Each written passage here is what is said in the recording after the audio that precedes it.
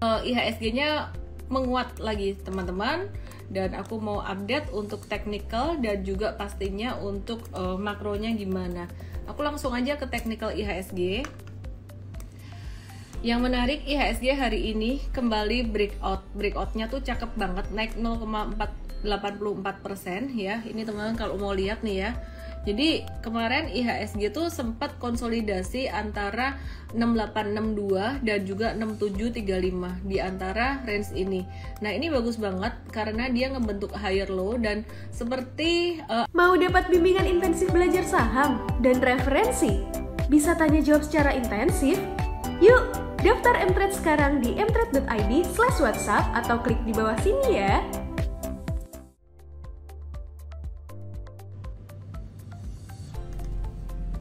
Halo, selamat malam.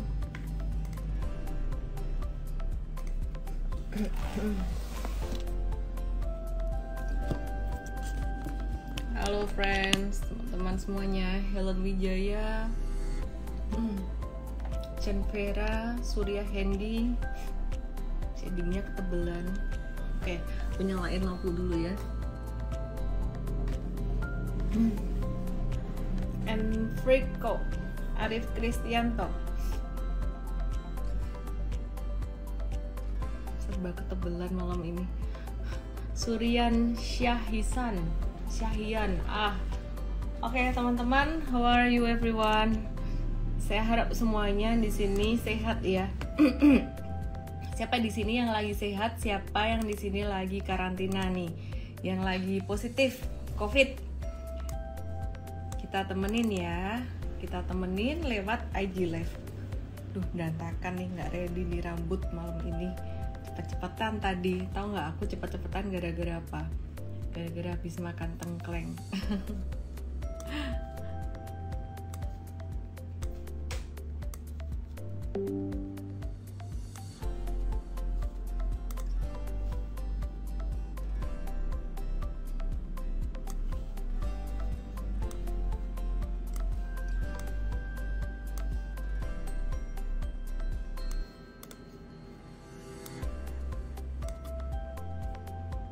Lina MS baru selesai isoman.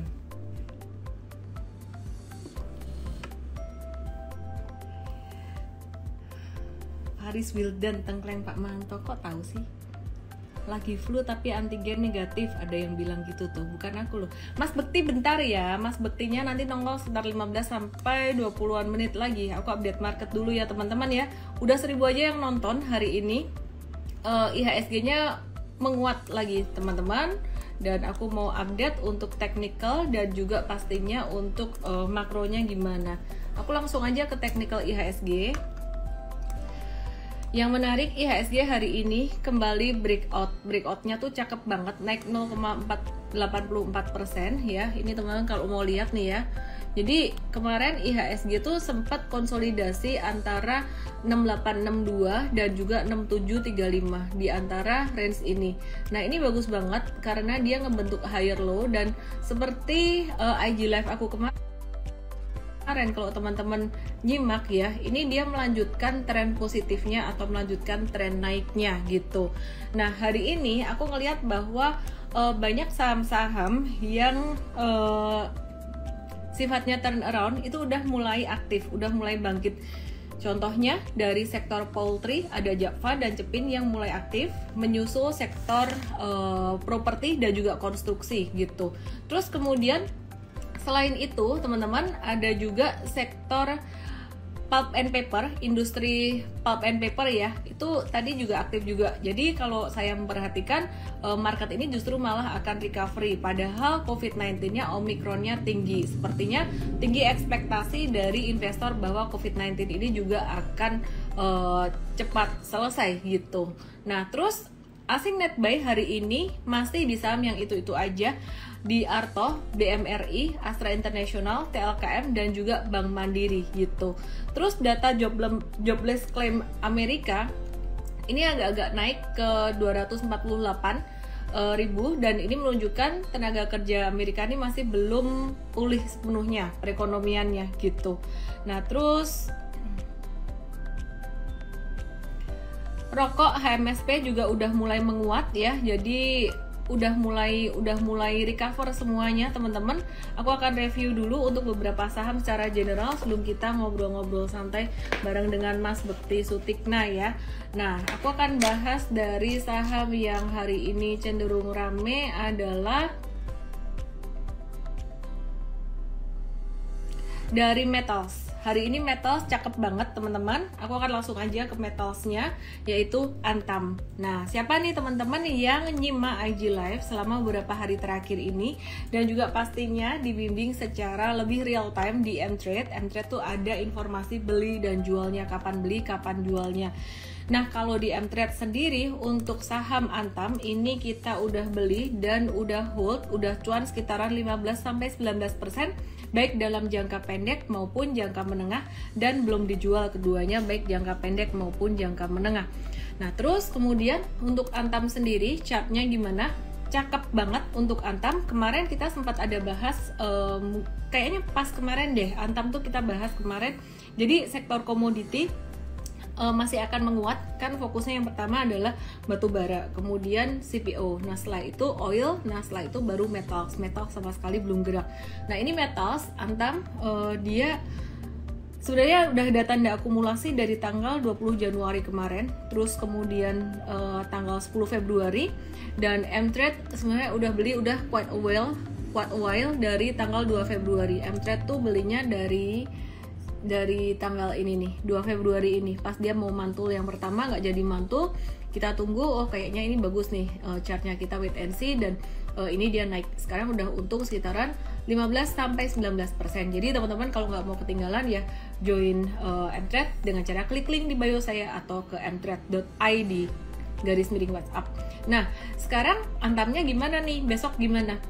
Hari ini Antam breakout dengan volume transaksi yang sangat besar sekali, dan Antam dalam jangka pendek bakalan bisa menuju sampai 2200 mungkin dalam rentang waktu 1-2 hari. Disclaimer on juga teman-teman bahwa pergerakan ini yang aku ngomong tadi berpotensi menuju ke berapa tuh bukan 100% pasti ya, tapi kita melihat berdasarkan probability gitu. Nah, jadi Antam dalam jangka pendek berpotensi untuk menuju 2200 sampai 2300 ya dalam jangka pendek. What to expect, apa yang harus dilakukan buat teman-teman yang sudah punya Antam, hold aja dulu. Kalau untuk swing trader, rawan profit taking di 22 sampai 23. Tapi untuk jangka menengah trader, hold keras. Antamnya hold keras jika sudah beli ngikutin apa yang Mtrade kemarin sempat rekom juga. Makanya teman-teman ini marketnya udah mulai recover. Kalau mau join Mtrade VIP langsung aja ke mtrade.id /WhatsApp gitu, atau ke mtrade.id juga bisa, di situ ada tombol WhatsApp-nya. Oke, kemudian selain Antam kita akan cek untuk saham yang lainnya. Yang telat di Antam gimana? Yang telat di Antam teman-teman bisa watch untuk TINS. TINS sendiri breakout hari ini, tapi breakoutnya belum sekencang Antam. Disclaimer Om Sani Muslimah, iya. Jadi Timas sendiri hari ini breakout, cuman breakoutnya dia belum sampai sekencang Antam ya. Jadi teman-teman perhatikan di sini. Nah ini adalah breakoutnya TINS. Ini breakout dari sideways kecilnya di sini, dan dia bakalan berpotensi menuju 1480 sampai dengan 1500-an. Ya, jadi 1480 sampai 1500-an untuk TINS. Nah, buat teman-teman yang telat masuk di Antam, boleh tuh kalau mau beli TINS sekitaran level 1415-an. Mtrade sendiri gimana? Mtrade apakah udah punya TINS juga? Kita akan lihat ya. Ya, Mtrade baru beli TINS tadi. Ya, hari ini baru beli TINS ya, teman-teman ya. Dan kita ya baru beli hari ini, jadi belum telat. Kalau teman-teman mau ngejar juga belum telat hari ini gitu. Untuk besok Senin ya. Oke, terus kemudian selain Antam dan TINS kita akan lihat juga untuk sektor ini masih dari metals, kita akan lihat Inco.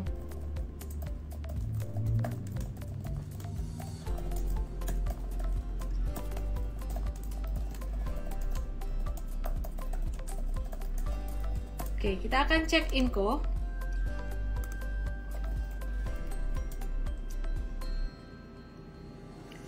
Inco breakout juga. Jangka pendek dia bakalan menuju 5100, masih bisa beli atau enggak? Kalau bisa sih belinya sekitaran level 48-40-an atau ke bawah sih. Karena di atas 48-40 udah agak-agak telat gitu ya. Kita cek apakah Mtrade ada untuk infonya. Baru beli tanggal 10, Mtrade udah punya cuan 2-5%. Jadi yang baru aja kita beli itu TINS karena dia sideways dan baru breakout tadi gitu. Nah, itu tadi untuk saham-saham metals. Terus yang menarik ya masih dari sektor komoditi, masih dari sendawa lagi. Masih dari sektor komoditi, teman-teman. Hari ini saham Indi ketahan area support kuat, Indika Energy ini ketahan support kuat. MA20-nya di sini dan berpotensi membentuk higher low. Jadi ini ada satu low, ini berpotensi untuk membentuk higher low untuk indinya dan menuju level 2200, berpotensi menuju level 2200 dalam jangka pendek gitu. Oke, terus jadi apa yang harus dilakukan buat yang punya hold aja, buat yang udah hilang barang boleh buyback di sini atau beli lagi, di mana Mtrade untuk jangka menengahnya ada hold Indi dan untuk jangka pendeknya Mtrade baru buyback tadi gitu ya. Jadi ini Mtrade udah cuan sekitaran 16% untuk jangka menengahnya, sedangkan jangka pendeknya Indi kita sempat tektok 3 kali cuan ya di bulan Januari ini 5 kali trading, 2 kali cut loss, kemudian 3 kali cuan, dan ini beli lagi, ini udah mulai hijau lagi untuk indinya. Indi upside-nya bisa sampai ke berapa? Indi upside-nya dalam jangka pendek bisa sampai 2200 dan bahkan bisa sampai ke 2360, disclaimer on. Kenapa bisa sampai ke situ? Coba teman-teman perhatikan pattern-nya antara Harum, Adaro, Indi dan juga PTBA. Nah, ini Harum tuh dia udah naik duluan seperti yang dulu aku bilang. Ini udah naik duluan. Nah, sekarang posisinya Indi tuh di sini nih gitu. Jadi kalau Harum dulu dia udah naik duluan tuh dia ada resisten di sini. Indi tuh sekarang posisinya di sini. Jadi dia Harum udah breakout dan lari kemana-mana gitu. Terus kemudian disusul oleh Adaro yang patternnya tadinya juga sama, jatuh, terus kemudian naik lagi. Nah, Indi sekarang posisinya di sini. Di sini. Kalau PTBA posisinya udah di sini. Sekarang kita lihat PTBA. Semoga bisa ngelihat pattern chart ya. Kalau belum bisa lihat pattern chart ya, pelan-pelan nanti bisa, teman-teman. Nah, ini PTBA teman-teman bisa perhatikan kan. Ini patternnya mirip kayak Adaro sama Harum tadi, tapi dia udah dekat resisten. Jadi ada kemungkinan PTBA akan breakout juga dan juga naik. Buat teman-teman yang punya PTBA modal bawah, kalau misalkan mau ngehold boleh. Tapi kalau punya modal atas baru mau beli, kayaknya better lebih ke Indi. Nah, terus kalau teman-teman bisa baca chart tadi, ini Indi. Dia baru dalam fase di sini, ini bisa mencapai level 2360 dan habis itu bisa breakout juga gitu. Disclaimer on teman-teman, karena kita melihat berdasarkan probability, kita melihat berdasarkan pattern gitu ya. Jadi belum tentu kalau saya bilang bakalan breakout 100% bakal breakout, enggak, tapi probability-nya sama. Nah, kalau teman-teman ngikutin IG live saya dari sekitaran 1 bulan kemarin, dimana saya ada juga pastinya tim Mtrade yang menyediakan materi ini, kita udah banyak ngomong tentang sektor komoditas. Kita udah banyak ngomong sektor komoditas, terutama komoditi batu bara ya, bahwa saham-saham yang lain bakalan ngikut Harum, terus kemudian Adaro dan juga PTBA ngikut, dan ternyata benar ngikut gitu, bukan karena saya pinter, tapi karena ini hasil riset kerjasama gitu ya dengan tim. Nah, terus teman-teman perhatikan di sini ada satu saham lagi dari sektor batubara yang berpotensi untuk ngekor juga pattern kayak gitu, yaitu ada saham ITMG. Jadi ITMG ini surprisingly dia agak lagging. Biasanya ITMG ini gerakannya yang paling cepat ngikutin gerakan dari harga komoditas batu baranya. Nah, yang lain tuh udah sampai atas ini, Adaro, Harum udah breakout kemana-mana, PTBA pas lagi di atas, sedangkan ID posisinya di sini. Nah, sedangkan ITMG masih di bawah gitu. Jadi buat teman-teman yang ketinggalan PTBA atau Harum atau Adaro yang udah rally kemana-mana dulu-dulunya, teman-teman bisa masuk untuk mungkin nyicil pas ITMG koreksi normal gitu. Sedangkan kalau Indi sendiri tadi masih di area support. Nah, banyak yang nanyain juga tentang Toba. Toba ini juga sempat kita bahas, sempat kita review beberapa hari kemarin, dan dia breakdown dari area supportnya. Memang Toba ini udah kena pembatasan risiko atau kita udah exit ya. Kemarin kita kan bahasnya kalau jatuh dari level garis biru ini 1580 atau jatuh dari 1540 untuk toleransi terakhir, ini exit untuk pembatasan risiko gitu ya. Jadi untuk Toba sendiri M-Trade saya lihat, coba kita lihat ya. Ya udah nggak ada, udah jual. Jangka pendeknya kita sempat profit taking 2 kali, terus kemudian yang ketiga cut loss, dan jangka menengahnya kita profit taking tipis gitu. Malah banyakan yang jangka pendek karena dia fluktuatif, banyak tektoknya gitu. Antang ulang lagi, waduh, diulang nggak ya? Nanti fansnya Mas Bekti ini. Ya, Antam aku ulang dikit ya. Intinya Antam hari ini naik kencang, bisa sampai ke 22 sampai ke 23 dalam jangka pendek. Buat yang punya hold aja, profit taking untuk swing trader sekitar area tersebut tadi. Sedangkan kalau untuk jangka menengah yang punya modal bawah, M-Trade udah untung belasan persen juga, hampir untung 20%, hold aja gitu. Tapi kalau baru mau beli, better masuknya ke TINS karena TINS baru mau naik. Dan kemudian selain Antam, Inco, TINS dan kawan-kawannya, kita juga ngelihat bahwa sektor properti dan juga sektor konstruksi hari ini juga cukup menarik ya. Bukan hari ini deh, maksudnya ke depan. Jadi kita kan selalu forward looking ya teman-teman ya. Aku panggil coach.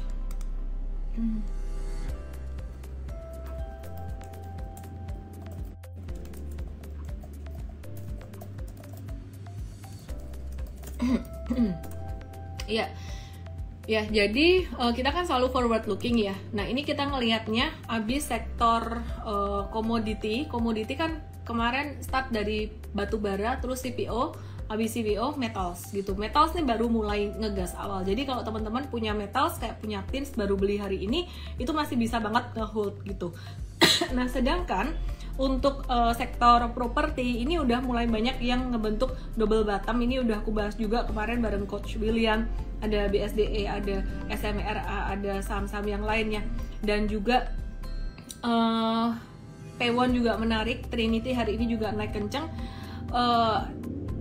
Yang jelas ini masih akan berlanjut, sustainability-nya masih akan berlanjut naiknya harga saham untuk sektor properti. Disclaimer on juga, semoga COVID-19-nya nggak getting worse lagi, karena kalau COVID-19 getting worse, terutama fatality rate-nya naik, nah itu bisa mengubah semua story ini, dimana investor besar yang tadinya udah mulai semangat untuk beli-beli di saham Indonesia, terutama saham-saham yang fundamental bagus, mereka bisa hengkang lagi. Semoga nggak terjadi seperti itu. Disclaimer-nya di situ teman-teman. Nah, selain dari sektor properti, kita juga ngelihat dari sektor konstruksi. Nanti mungkin Coach William yang akan jelasin untuk konstruksi. Konstruksi juga cukup menarik teman-teman. Aku nggak bahas secara detail untuk saham-saham properti karena kemarin udah aku bahas. Terus kemudian saham konstruksi aku coba bahas beberapa aja konstruksi dan yang terkait dengan konstruksi ya. Salah satunya yang menarik buat aku hari ini adalah saham Weton. Weton ini M-Trade juga ada trading, tadi ada beli. Nah teman-teman bisa perhatikan di sini. Untuk Weton ini guys, perhatikan baik-baik buat kamu-kamu yang mengerti tentang chart. Di sini ada yang menarik, yaitu dia breakout dari pattern inverse head and shoulders. Ya, ini shoulder kiri, ini shoulder kanan, dan ini kepalanya. Waktu itu dia jatuh dengan volume transaksi tinggi, tapi terakhir beberapa hari ini, 3 sampai hari ini terutama, ini dia diakumulasi dengan volume transaksi tinggi. Jadi ini sudah menjadi satu konfirmasi bahwa Weton ini dia keluar dari stage 4 atau stage bearish, sangat bearishnya dia, dan mulai masuk dalam tahap recovery atau mulai masuk dalam stage 2-nya. Ini 4 tuh jatuh, kalau 1 dia akumulasi lagi, dan ini udah mulai masuk dalam tahap stage 2 atau mengawali uptrend-nya. Nah, di sini teman-teman jangan terlalu FOMO dulu kayak wah, aku langsung borong banyak nih. Apa yang harus dilakukan? Saya sendiri mengatur portfolio saya, caranya gini. Ingat selalu ember diisi batu besar dulu, tetap portfolio saya tetap yang gede-gede tuh saham-saham perbankan besar. Kemudian diikuti dengan saham-saham second liner yang saya investasiin, saya suka untuk investasi.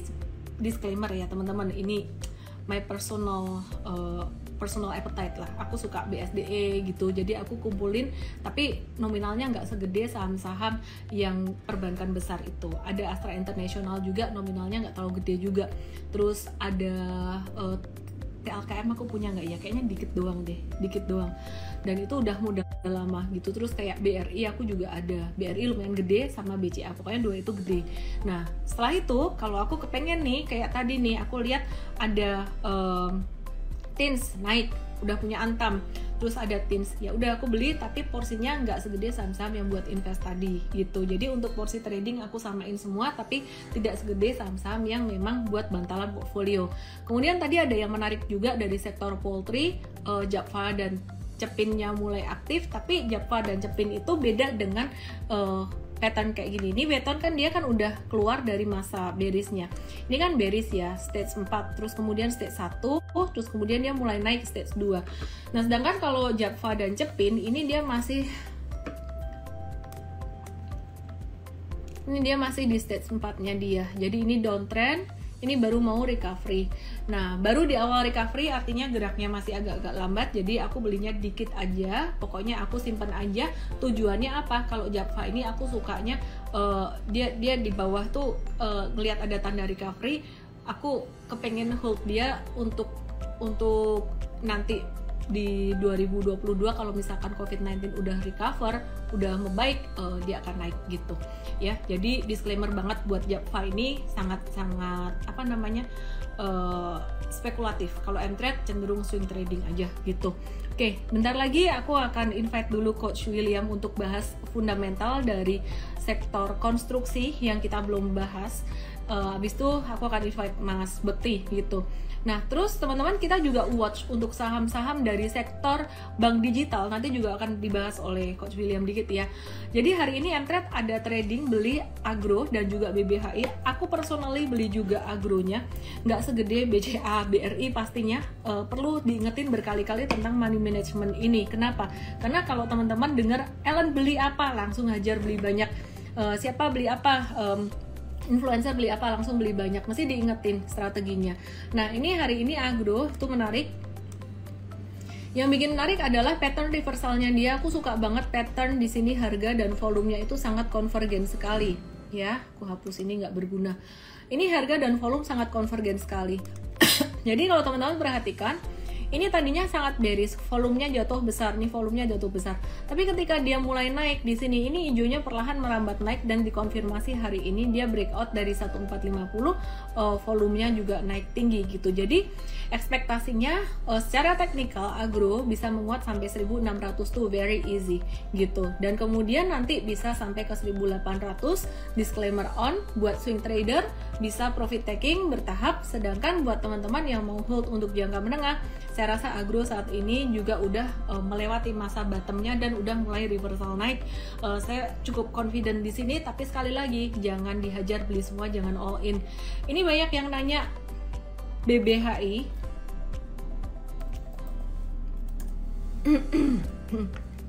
BBHI udah kita watch selama berhari-hari terakhir ya.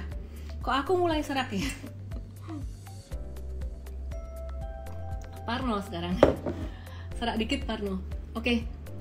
BBHI ketahan area support kuat ya. Jadi patternnya kayak gini, menarik banget buat BBHI ini yang memang kita udah incer lama karena dia naik tinggi. Buat kamu-kamu yang ketinggalan BBHI di sini naik kenceng dan kemudian ketinggalan, sama kayak aku dulu juga ketinggalan BBHI, ya berarti aku nunggu retracementnya, dan di sini area support yang sangat bagus sekali. Dia tuh ketahan di 5.500 terus, dan juga satu support lagi di sini sebenarnya ada di angka 5.300. Kenapa? Kenapa aku taruh di angka 5.300? Karena ada 2 kali ekor di sini. Ada 2 ekor di sini nih ya.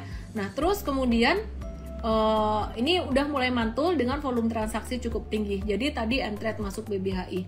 Aku personally juga masuk. Disclaimer teman-teman, kalau aku bilang masuk jangan langsung hajar semuanya karena porsinya di dalam portfolio aku nggak begitu besar ya. Kenapa nggak begitu besar? Bukannya dia kalau naik cepat beli banyak jadi cuan. Itu namanya adalah manajemen resiko. Jadi jangan semua saham yang kelihatannya kalau dia bisa naik ngapain beli sedikit. Kalau dia bisa naik beli banyak aja. kalau mindsetnya kayak gitu teman-teman, itu jadinya kita gambling ya. Jadi kalau saham bisa naik, semua saham bisa naik, tapi ingat juga semua saham juga bisa turun, mesti diingat itu. Perlu diperhatikan juga ketika kita beli satu saham, bicara tentang banyak sedikitnya kita beli satu saham, bukan cuma dari kapitalisasi saham tersebut berapa besar, tapi juga dari liquidity. Jadi jangan sampai saham ini lagi aktif, likuiditasnya gede, habis itu ketika dia nggak aktif, likuiditasnya tuh jadi turun, jadi kecil, dan jadi nggak bisa jualan. Itu yang paling mengerikan ketika teman-teman mau jualan nggak bisa jualan. Aku waktu itu pernah iseng scalping PTDU, cuan sih, tapi habis itu nggak bisa jualan, terus meleng sebentar, turun ARB sampai bitnya hilang sama sekali. Jadi bukan salah emitennya, sorry kalau tadi aku kesebut emitennya gitu. Intinya pelajarannya adalah ketika kita beli satu saham, berapa banyak kita beli saham, mesti harus perhatiin likuiditasnya juga. Oke.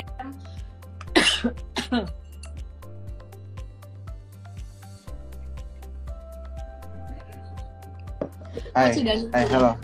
Ya, bentar lagi kita akan ngobrol dengan Mas Bekti pastinya. Tapi sebelumnya kita ngobrol dulu dengan Coach William. Coach, aku penasaran dengan sektor poultry dan juga sektor konstruksi nih. Kalau kemarin-kemarin kita udah bahas terus komoditi terus ya, dan memang udah jalan semua. Sekarang kita forward looking, kita lihat ke depan. Kemarin udah bahas properti juga yang ke depan bakalan potensial. Konstruksi ini kayaknya secara teknikal hawa-hawanya mulai menarik, dan Coach William udah pernah bahas di seminar di MTrade sebelumnya. Sektor konstruksi menarik sebelum chartnya jadi bagus gitu. Waktu itu aku masih skeptis, yang bener aja Will, konstruksi Will, ngapain konstruksi gitu loh, chartnya tuh masih jelek gitu. Jadi ya anyway, mungkin Coach William bisa jelasin tentang sektor konstruksi ini. But sekali lagi teman-teman, disclaimer, jangan semuanya langsung dihajar beli banyak. Silakan Coach. Oke, jadi by the way aku singkat aja Miss ya, karena kayaknya Mas Bekti lagi nungguin Mas Bekti bentar lagi. Jadi singkat aja ya untuk konstruksi ya, by the way teman-teman. Ada 3 poin yang ingin saya bahas. Kenapa menurut saya konstruksi bakal menarik di tahun 2022? Ya, yang pertama adalah alokasi anggaran infrastruktur di tahun 2022 itu masih tetap tinggi, dan perbedaannya teman-teman, kalau tahun 2020 sama tahun 2021 anggaran infrastruktur besar, iya masih besar.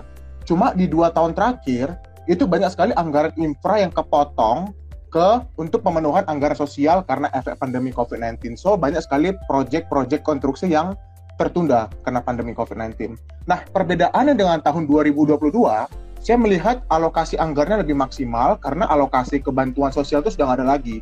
Jadi pemerintah menganggap COVID-19 itu sudah mulai lebih solid, jadi alokasi anggaran itu nggak akan ada lagi, sehingga sektor konstruksi mulai lebih maksimal dalam pemanfaatan anggaran. Tuh, jadi itu salah satu poin yang saya pikir menarik kenapa konstruksi bisa berpotensi bagus di 2022. Nah, yang kedua itu adalah ibu kota baru. Ya, ibu kota baru ini teman-teman, by the way, itu anggaran itu sekitar 466 triliun. Dan kemarin itu baru disahkan undang-undangnya oleh pemerintahan Jokowi, sehingga bisa dimulai di tahun 2022 ini. Dan by the way, lelang proyeknya itu akan dirilis dalam beberapa waktu dekat. Dan saya pikir sebagian besar akan dimanfaatkan oleh 4 konstruksi milik negara, entah itu Waskita, Wika, Adi, ataupun PTPP. Gitu ya, itu menarik. Yang ketiga, terakhir adalah tentang valuation. Ya, jadi kalau saya lihat, semua sektor konstruksi sekarang udah mencapai low base. Nah, jadi kalau misalnya kita lihat resiko di sektor konstruksi, semua sudah di price in. So, market lebih mengekspek story ke depannya yang tadi sudah saya bahas, 2 poin utama. Jadi saya pikir 3 poin ini yang saya pikir menarik ya, Miss ya, untuk kenapa sektor konstruksi bisa rebound di tahun 2022. Dan by the way, teman-teman, kita sudah punya ulasan sektor konstruksi di MTrade. So, teman yang pengen tahu saham-saham apa yang menarik versi kita, ya di sektor konstruksi, teman-teman bisa langsung follow up di MTrade atau klik link di bio ya. Tapi by the way teman-teman ya, saya sedikit kasih poin bahwa menurut kami ada 2 saham sektor konstruksi yang berpotensi mencapai beggar di tahun 2022. Nah, saham apa itu? Nanti kita discuss. Disclaimer. Kita nggak akan bahas Miss di sini, tapi teman-teman bisa temukan ulasannya di dalam analisa multi beggar hunter yang ada di MTrade ya. Jadi kalau teman-teman penasaran, silahkan join atau klik link di bio. Dan overall saya pikir masih menarik konstruksi Miss. Oke. Itu materinya untuk VIP user atau untuk free user Coach? Iya. Sorry, gimana Miss? Ya. Materinya untuk VIP atau free user? Untuk saat ini kita VIP ya, karena ini salah satu riset yang bagus yang menurut kita. Jadi untuk VIP. untuk yang multi-bagger hunter. Oke. Jadi kalau untuk yang VIP langsung aja daftar dengan klik link di bio. Betul. Dan besok kita ada seminar, besok banget, pas seminarnya bagus banget. Aku sendiri yang ngajar. Bicara tentang cara buat trading plan besok ya. Jadi teman-teman yang udah user VIP bisa langsung ikut. Yang belum user kalau mau masuk ke mtrade.id/cuantastik. mtrade.id/cuantastik boleh ya teman-teman ya. Jadi cara membuat trading plan di mtrade.id/cuantastik besok. Kalau mau daftar di situ bisa gitu. Oke. Thank you so much Coach William. Thank you so much Coach William. Aku akan invite Mas Bekti. Yes, Bye. Oke, sebelum aku invite Mas Bekti, teman-teman kita mau kasih disclaimer dulu bahwa analisis kita untuk sektor properti dan juga konstruksi ini bukan buat harian, 1-2 hari gitu, tapi kita selalu forward lookingnya tuh kayak sampai beberapa hari ke depan, bahkan sampai seminggu atau 2 minggu ke depan. Kayak kemarin kita bahas tentang komoditi terus tuh kita ngomong komoditi udah sebulan yang lalu, dan habis itu giliran jalan dari batu bara, kemudian CPO, dan kemudian metals. Ke depan bakalan properti dan konstruksi, disclaimer juga teman-teman, dan kita akan invite Mas Bekti. Ini ngobrol santai bareng Mas Bekti, beneran gak ada skrip, gak ada pointers.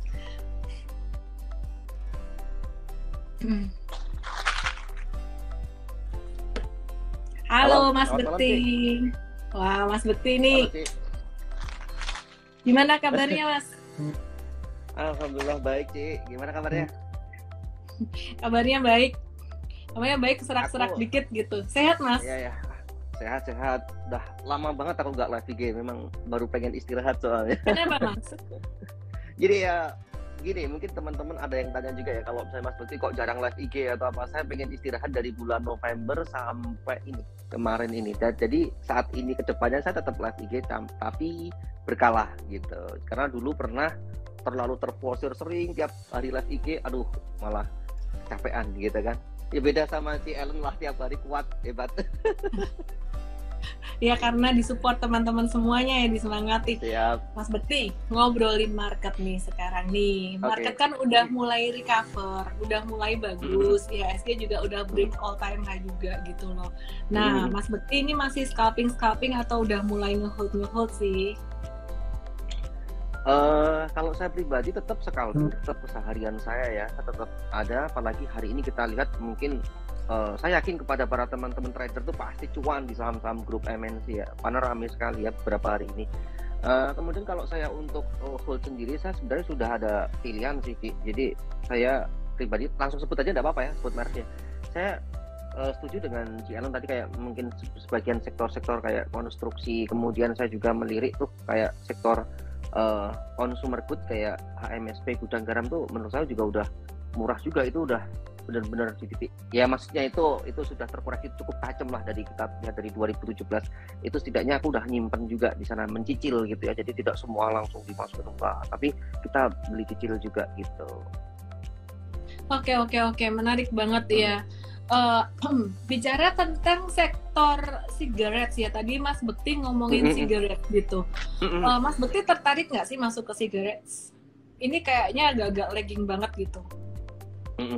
Iya, kalau untuk sektor itu sih, menurutku masih sebenarnya karena kebijakan masalah pemerintah ya, masalah cukai rokok dan sebagainya, itu yang membuat seharga saham itu tidak bisa bergerak signifikan. Tetapi saya melihatnya justru kalau orang itu sudah titik jenuh, titik jualnya jenuh, itu biasanya akan ada pantulan. Nah, aku sebenarnya memanfaatkan itu untuk jangka menengah, jadi bukan untuk jangka panjang. Jadi memang saya sudah mencicil beli di harga di bawah 1.000 ya untuk KMSP, tetapi itu memang saya setting untuk mungkin jangka menengah, katakan setengah tahun, 1 tahun, aku akan review kayak apa. Jadi itu fungsinya selain aku untuk simpan untuk jangka menengah panjang, yaitu untuk diversifikasi porto. Jadi tidak semua untuk scalping tuh enggak, tapi kita juga harus simpan sesuai dengan money management yang udah kita pelajari gitu ya. Ada di tabungan, ada di saham yang untuk swing, untuk scalping, seperti itu.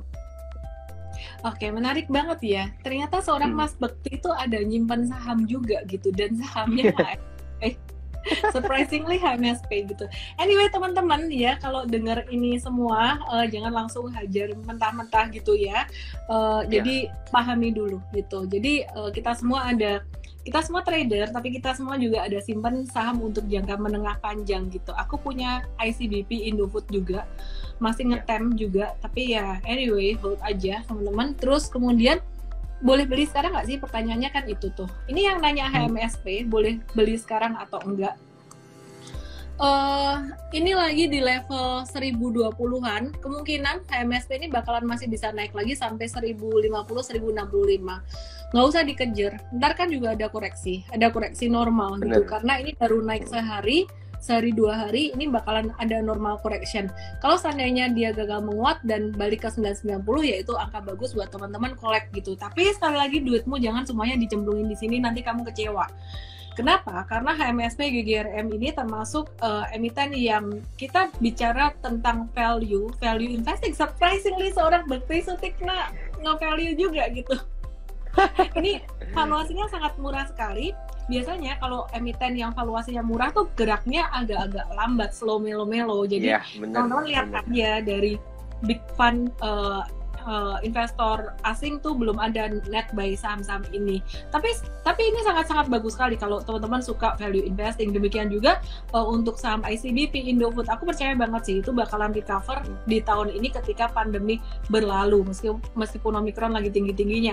Mas Bekti, kalau bicara sektor consumer good nih kayak ICBP Indofood, itu menurut Mas Bekti gimana tuh? Kan itu ada kaitannya juga dengan sigaret tadi, masih di sektor yang sama.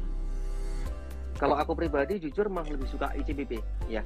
ICBP itu bagi saya karena dia itu kan apa ya, ibaratnya sektor bisnisnya itu lebih kayak spesifik gitu loh, Cik. Lebih ke menurut, kalau Indofood kan dia kayak induknya. Jadi kayak menurutku agak lebih kencang potensial ICBP-nya ya. Bahkan kalau saya lihat waktu kita 2020 pandemi Covid masuk Indonesia itu IHSG kita kan turun dalam kan.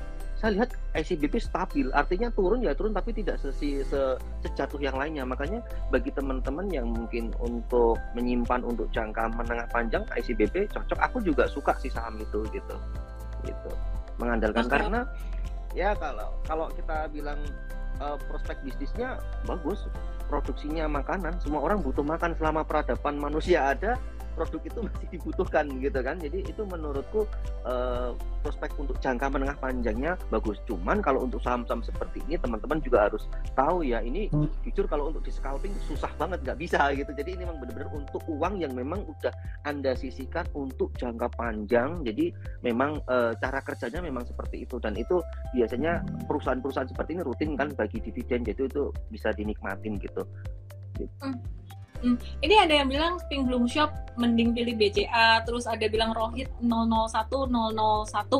Kenapa nggak value investing, rekomend banking aja lebih jelas? Woi, banking itu valuasinya udah tinggi loh. Jadi kalau aku sering ngomong banking akhir-akhir ini tuh pertimbangan aku adalah karena masih bisa naik, upside-nya masih lumayan banyak karena kalau perekonomian recover, tingkat suku bunga tuh tingkat kredit ya, orang kredit tuh juga bakalan naik, bakalan lebih banyak gitu. Itu yang pertama.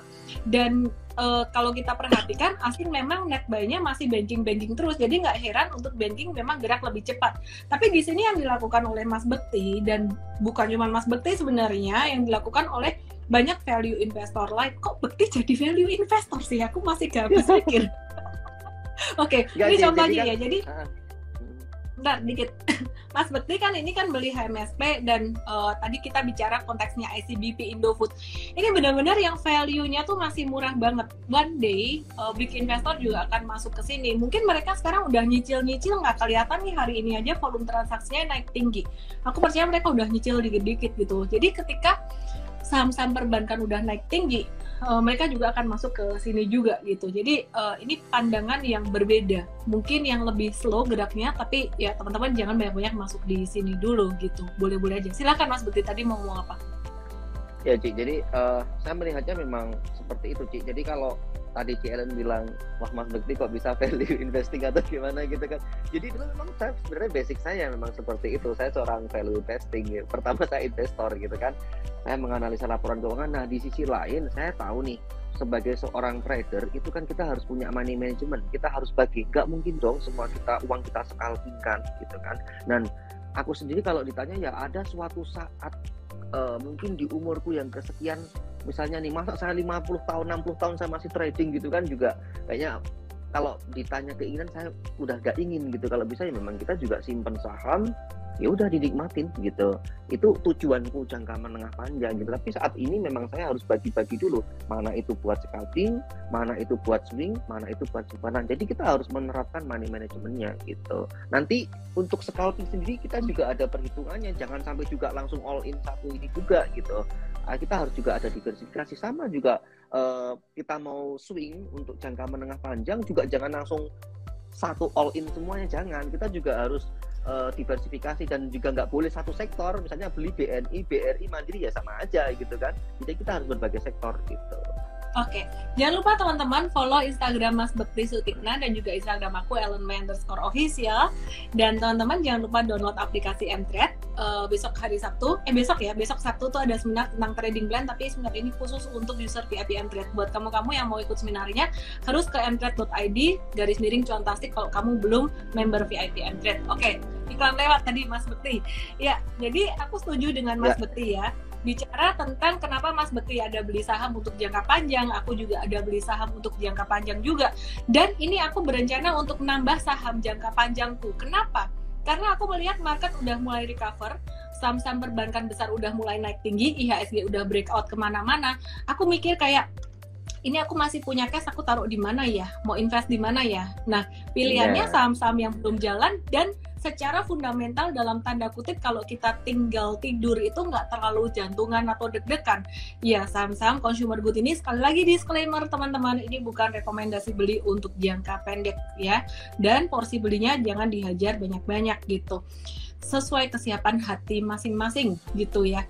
Nah, bahkan aku kepikiran kayak gini nih Mas Bekti nih. Aku nggak tahu kalau Mas Bekti gimana ya. Kalau aku sempat beli properti gitu ya, jadi ada beberapa investasi properti, tapi aku ngerasa kayak selalu aku compare-nya selalu dengan saham. Nggak selalu benar sih cara berpikir kayak gini, cuman ya subjektif aja karena aku lebih banyak di saham. Mungkin kalau ketemu investor properti yang sukses aku bisa diomelin gitu, tapi ya ini menurut aku sendiri. Aku kok merasa kayak sampai kayak tak jual apa ya, masukin ke saham aja semuanya, masukin ke saham tapi saham yang belum gerak kayak consumer gini. Disclaimer teman-teman, ini bukan ajakan, ini cuma curhat atau curcol aja. Kalau Mas Bekti gimana? Kalau aku pribadi sih, kalau kaitannya dengan apa ya, kita itu kan harus mempunyai namanya sebuah diversifikasi ya. Jadi kalau kita memang memikirkan sebuah properti, itu kita juga harus tahu tujuan kita dulu apa gitu. Jadi kalau memang kita tujuannya misalnya mungkin untuk investasi jangka panjang atau mungkin untuk yang real ya, ini sektor real ya, misalnya itu untuk anak keturunan kita atau mungkin apa ya, tidak apa-apa, kita juga perlu persiapkan. Tapi kalau memang saya melihat ada beberapa fenomena ya yang saya alami, kalau kita itu investasi saham ataupun investasi yang benar-benar sektor real itu ada beberapa kekurangannya. Saya punya teman itu, dia punya sebuah tempat gitu ya, itu dulu waktu belinya masih 3M, mungkin era tahun 2006-2007, itu saat ini sudah ditawar sekitar 12-an M lebih gitu. Tapi permasalahannya susah mau jualnya gitu loh. Benar. Nggak, yang mau beli siapa itu susah, kalau nggak kita instansi yang mau dipakai buat sesuatu atau apa susah. Jadi kadang kesusahan untuk jualnya gitu, C. Tapi kalau saham kan enteng, tinggal bagaimana cara kita memanage. Ingat, resiko selalu ada ya, tapi kita harus bisa mengendalikan resiko itu, bagaimana cara diversifikasi kita melindungi aset kita. Jadi saham itu lebih liquid, cara jualnya lebih gampang. Tergantung sahamnya juga ya. Bener juga itu, C. Memang ya. Bener. Jadi kenapa seorang Bekti Sutikna itu memilih investasi juga di saham-saham consumer good tadi? Karena duitnya tuh kebanyakan guys, gitu loh. Jadi kalau semuanya taruh di saham yang second liner, saham yang scalping tuh kegedean duitnya, bingung mau taruh di mana. Anyway, ya. Nah, aku pribadi sih lebih prefer, jujur ya, personally ya, aku lebih prefer kayak daripada aku beli beli propertinya. Aku prefer beli saham properti atau saham-saham consumer good yang sekarang masih di bawah, yang belum jalan. Aku nggak ngomong jangka pendek. Kalau jangka pendek consumer good tuh masih saks lah, apalagi sektor cigarettes tuh masih lambat banget gitu. Tapi kita bicara tentang jangka panjang. Ayo saingan, kita beli properti sekarang dan beli saham consumer good atau beli saham properti. Mana yang lebih cepat berbunga, dan paling penting adalah mana yang lebih gampang dijual. Sekali lagi disclaimer teman-teman, aku bukan suruh kamu jual rumahmu untuk beli ini cuma curhat-curcol aja, karena aku kesel, aku mau jual tanah itu susah banget. Ada yang mau beli nggak? Nanti kalau kamu beli duitnya tak masukin ICBP. Langsung di-cut ini suaranya. Langsung jadiin konten nih Mas. Oke. Mas Bekti sendiri gimana sekarang, sahamnya habis cuan sama apa aja, habis loss sama apa aja, ada tips-tips apa lagi nggak Mas? Kalau saya pribadi, kalau untuk tips ya bagi Anda yang mau trading harian, artinya scalping ya, Anda cari aja tetap yang momentumnya. Saya pribadi merasa kalau bulan Januari kemarin itu susah minta ampun, mau scalping susah beneran. Aku aja hampir bisa dibilang minim sekali profitnya gitu. Tapi Februari ini aku yakin kepada para teman-teman trader pasti pesta dari saham-sahamnya Haritano gitu kan. Saham-saham grup MNC ya, apalagi hari ini M-Sky udah arah, Kepik, Yata, Becap kemarin juga udah gila-gilaan naiknya. Nah itu manfaatin aja peluangnya. Cuman ingat yang harus Anda lihat, Anda juga harus perhatikan historinya, chartnya, dia udah naik berapa persen gitu ya. Itu juga Anda harus hati-hati, pasang pengaman stop loss Anda harus lebih kuat. Apalagi kalau Anda bermain di area atas, itu stop loss Anda harus benar-benar kuat dan disiplin. Tidak ada kata toleransi, ibaratnya aku nggak mau cut loss, jangan. Anda harus benar-benar siap cut loss kalau Anda memang niatnya trading. Kalau Anda mau niatnya swing atau invest jangka panjang ya cari yang jangan volatil kayak gitu, yang tadi yang anteng-anteng, yang stabil aja. Cuman memang itu di setting ya memang tidak langsung naik signifikan tuh enggak, tapi dia memang pelan-pelan, tapi dia lebih tahan banting gitu. Ya itu sih tips dari aku Ci. Jadi Kak agree. ke Ya, terakhir saham-saham MNC pada ini ya, gila ya, naik-naik semuanya ya. Banyak yang pakai scalping juga sih, tim di M-Trade juga scalping saham MNC, ada Behit, dan ya saya nggak terlalu, personally aku jarang scalping sih, karena aku ada ngurusin platform dan juga tim juga, jadi nggak bisa aku personally scalping. Tapi kalau M-Trade ada tim yang ngurusin scalping khusus gitu, dipantau khusus. Kalau aku sendiri bulan ini aku lebih banyak dapat berkah tuh dari saham-saham sektor komoditi itu tadi Mas, personally Mas gitu. Jadi ya I'm happy lah, buy hold bisa cuan, yang scalping juga bisa cuan gitu. Oke. Mas Bekti, ini banyak yang nanyain nih, bulan Maret nanti gimana? Desember nggak jadi window dressing, Januari nggak jadi January effect, Februari naik, Maret gimana? Kalau aku ngelihat sih kayaknya Maret masih bakalan potensial nih, jadi agak-agak anomali. Biasanya Maret udah mulai sepi setelah Januari naik, tapi ini kayaknya Maret masih bisa naik. Padahal COVID-19-nya lagi naik tinggi-tingginya. Gimana nih Mas Bekti ngelihat COVID-19 nih gimana? Kalau aku melihat ya Ci ya, jadi memang waktu dulu di awal pertama kali COVID itu masuk Indonesia kan pada panik semua, karena kan juga baru pertama kali juga kan. Bahkan kita semua pasti nggak ada yang nyangka dengan adanya ini COVID itu bakal berapa lama, paling 2 bulan 3 bulan, paling mikirnya cuma gitu, ternyata sampai bertahun-tahun gitu. Nah mungkin saat ini yang dirasakan adalah ternyata itu tidak terlalu ngefek banget ke sektor saham, justru malah sektor saham bagus banget. Nah maka dari itu kalau aku pribadi tetap memprediksi untuk bulan Maret seperti kayak Cialan, jadi masih sedikit ada kenaikan, namun tetap harus hati-hati ya, karena IHSG kita juga sudah jebol resist, mungkin bisa menguji ke level 69 atau 7.000 itu pasti itu ya kemungkinan dalam waktu dekat. Tetapi tetap harus hati-hati kalau tiba-tiba ada koreksi yang cukup dalam. Nah yang kedua, kadang yang namanya teori-teori kayak gitu ataupun udah di teori secara teknikal dan lain sebagainya itu bisa rusak semuanya karena berita. Misalnya kemarin ada info mau perang Ukraina Rusia itu, ya udah bisa membuat IHSG juga cukup turun gitu. Tetapi setidaknya kalau saran saya adalah tetap Anda harus punya trading plan dulu. Anda mau swing ataupun scalping, di mana itu sudah punya trading rules masing-masing, ya sudah manfaatkan itu aja, dan Anda harus sesuai dengan trading rules Anda gitu. Oke, menarik sekali. Kalau aku sih back to technical aja ya. Jadi kita melihat sentimen, ada yang tadi di sini juga udah pintar-pintar ngomong bulan Maret akan ada the Fed meeting. Oh, itu benar-benar jadi bikin IHSG stagnan kalau ada kayak gitu biasanya. Dan COVID-19-nya juga masih nggak menentu kayak gini. Sebenarnya saya sendiri optimis melihat tahun 2022 ini bahwa perekonomian dan juga pasar saham akan recover. Melihat inflasi juga udah naik tinggi gitu di Indonesia. Hanya saja kita masih harus tetap objektif. We hope for the best and of course we always prepare for the worst gitu. Jadi tipsnya kalau dari aku sih manage ekspektasi dan pantau secara teknikal aja.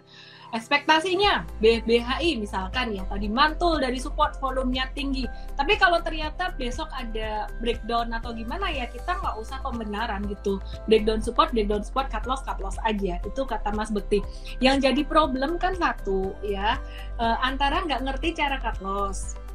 Problem kedua ya, yang problem pertama tuh nggak ngerti kapan mau cut loss tuh nggak ngerti. Problem kedua ngerti cara cut loss, ngerti kapan harus cut loss, tapi pas sibuk gitu loh, nggak sempet ngeliatin gitu. Dan ini seringkali terjadi pada banyak orang gitu, dan aku juga pernah mengalami di saham ini beberapa waktu yang lalu pas dia turun. Sekarang sih udah balik lagi gitu. Kemudian poin yang ketiga adalah ngerti kapan harus cut loss, dan pas waktunya cut loss di depan monitor tinggal mencet, tapi gak mau cut loss. Yang tiga ini penyakit paling parah guys. Penyakit pertama masih bisa dimaafkan dengan cara belajar. Penyakit kedua masih bisa dimaafkan dengan cara sering-sering mantau atau jangan kebanyakan di saham yang volatil. Penyakit ketiga ini gak ada obatnya. Kalau nggak mau tobat ya. Jadi udah ngerti cara cut loss, ngerti kapan cut loss, di depan monitor tinggal duduk, pencet sell aja. Itu nggak mau, karena aku nggak mau cut loss gitu. Ya objektif aja. Kalau nggak mau cut loss, jadilah investor yang bisa dollar cost averaging dan hati-hati milih sahamnya juga khusus untuk investing. Nggak semua saham bisa diinvest. Ya, itu aja tips dari saya. Dan juga dari Mas Bekti. Mas Bekti, ada tips apa lagi Mas buat teman-teman semuanya?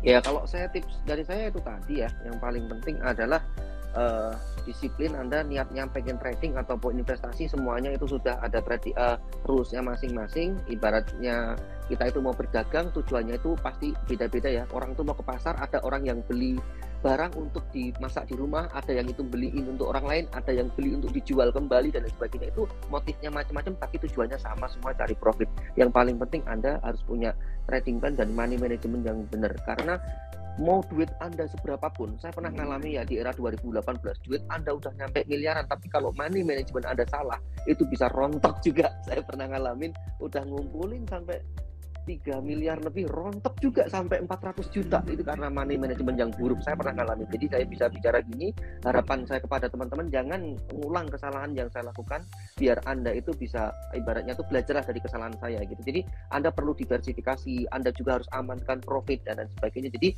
gunakan uang yang terukur untuk scalping, karena ingat, nggak semua orang siap mentalnya untuk scalping. Resikonya gede tapi peluang profitnya gede. Di situ menyajikan peluang profit yang tinggi tapi resiko juga tinggi. Jadi Anda harus kuat mental, psikologis, money management, trading plan. Nah itu tuh. Sebenarnya apa yang diceritain oleh Mas Bekti dan oleh saya ini adalah nasihat-nasihat yang sebenarnya kita berikan untuk diri kita sendiri. Kalau kita bisa mengulang waktu yang dulu gitu, maka kata pepatah adalah belajarlah dari pengalaman, tapi sebenarnya lebih baik belajar dari pengalaman orang lain yang sudah melewati dan sudah berhasil di bidangnya gitu. Mantap. Nah, teman-teman, ini ada yang lucu nih. Ada lagi Ci dari Stephen Koraya. Mau cut loss malah kepencet beli karena panik. Aku pernah mengalami itu juga, dan kebanyakan nolnya 1 biji di tahun 2008 Astra International. Jadi waktu itu Astra masih mahal-mahalnya, belinya kebanyakan 01 biji. Trading error. Anyway, teman-teman, yang terpenting dalam trading adalah nyantai aja, Jack. Nggak usah terlalu terburu-buru dan nggak usah nafsu. Oke? Thank you semuanya. Nomor 1 lagi yang lebih penting di antara yang lain-lain adalah stay healthy. Teman-teman semua, stay healthy. Mas Bekti, besok jam 10 ada seminar di Mtrade. Teman-teman user VIP join. Yang belum user VIP bisa join as VIP user di mtrade.id. Thank you Mas Bekti, selamat malam. Oke, makasih Si Ellen. Selamat malam. Thank you. Night. Bye bye. Baik. Jangan lupa download aplikasi Mtrade di Android dan nikmati edukasi premium sekarang.